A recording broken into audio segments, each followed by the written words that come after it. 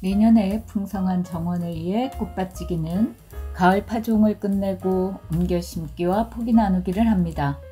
정원의 새 식구는 가을 파종으로 드리고 기존 식구들은 옮겨 심기와 포기 나누기로 돌보는 거죠. 옮겨 심기와 포기 나누기를 할 때 우리가 주목해야 하는 건 바로 식물의 뿌리입니다. 뿌리는 꽃과 씨앗에 밀려 소홀한 대접을 받았죠. 뿌리는 물과 양분을 흡수하여 줄기와 잎, 꽃과 씨앗을 키우느라 엄청난 수고를 합니다. 그렇다면 뿌리는 대체 언제 오롯이 자신의 성장에 집중할 수 있을까요? 꽃을 피워 씨앗과 열매를 맺고 난 다음에서야 제대로 자신을 돌보게 되죠.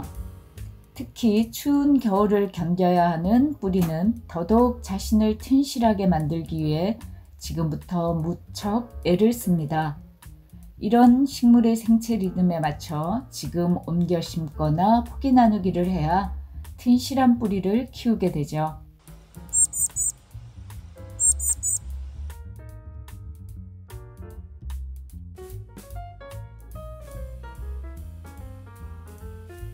땅속줄기를 뻗어 왕성하게 새순을 내고 있는 비비추입니다. 꽃잔디와 비비추 모두 참 잘 자라는 화초들이라 서로 경쟁이 치열하네요. 꽃잔디를 침범해 자라고 있는 비비추 새순들을 캐내줍니다. 작은 건 호미로, 큰 건 삽으로 캐냅니다. 새순에도 뿌리들이 제법 자라고 있네요. 비비추는 워낙 잘 자라 포기를 금방 키우기 때문에 박하와 거리를 두고 옮겨 심기 해줬어요.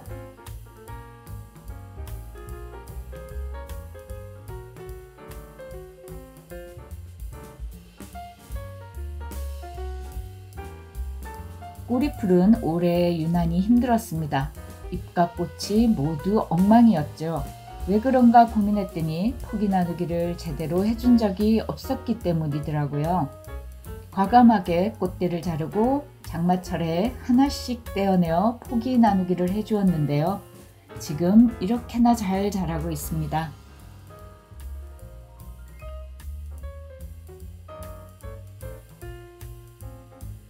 무스카리는 구근을 가진 백합과 화초이며 이른 봄에 꽃을 피웠어요. 씨앗을 만든 후 짧게 여름잠을 자고 나서 새 잎을 올리고 있는 중입니다. 제법 잎을 올렸으니 이제부터 옮겨 심기를 하거나 포기 나누기를 할 때죠.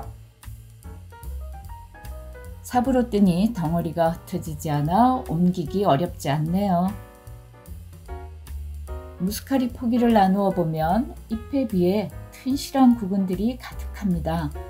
어미 구근 옆에 다글다글 작은 자구들이 10개씩 보이기도 합니다. 일일이 다 떼어내 심으면 좋겠지만 너무 힘든 작업이라 포기만 적당히 떼서 심어줍니다. 포기 나누기를 하는 동안 자구들이 여기저기 떨어져 있네요. 줄기가 잘린 녀석들은 나란히 심어주는 게 편한 것 같아요. 흙 사이에서도 떨어진 자구들을 찾아 한꺼번에 묻어주었습니다. 간격을 좀 더 넓게 하면 좋지만 내년 봄 물이 지은 꽃모습이 보고 싶은 거라 조금 조밀하게 심었어요. 잎은 11월 초에 가장 무성해질 거고요. 무성한 잎을 가진 채 한겨울 잘 보내고 봄의 예쁜 모습 보여주겠죠?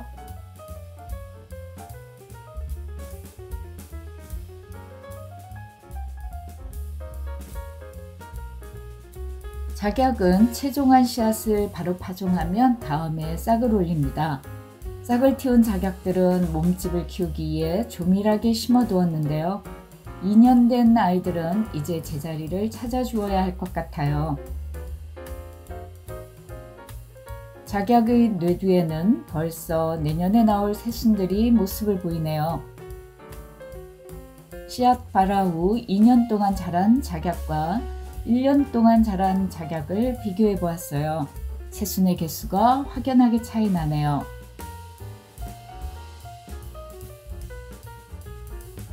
포기가 너무 커서 자꾸만 쓰러지는 작약입니다. 포기 나누기를 해주면 좋은데 땅속의 작약뿌리가 얼마나 큰지 알기에 엄두가 나지 않네요. 5월에 꽃 피우고 자연발화한 봄맞이꽃 싹들이 여기저기서 모습을 드러냅니다. 보물찾기 하듯 봄맞이꽃을 찾아내서 한 곳에 옮겨 심어요. 내년 봄 물이 지어 피어나는 모습을 보기 위해서죠. 봄맞이꽃은 늘 있던 자리의 모습을 드러내기에 여러 해살이인 줄 알았는데 생애 주기는 한 해살이네요. 잎을 가진 채 겨울을 날 것 같네요. 봄맞이꽃도 달력상 해를 넘겨 사는 해넘이살이 식물이군요. 이 녀석의 모습을 보면 해넘이살이들의 전형적인 모습을 볼 수 있어요. 땅바닥에 납작하게 몸을 붙이고 추위를 견뎌낼 테고 부족한 햇빛을 조금이라도 더 받기 위해 잎은 로제트 모양을 하고 있네요.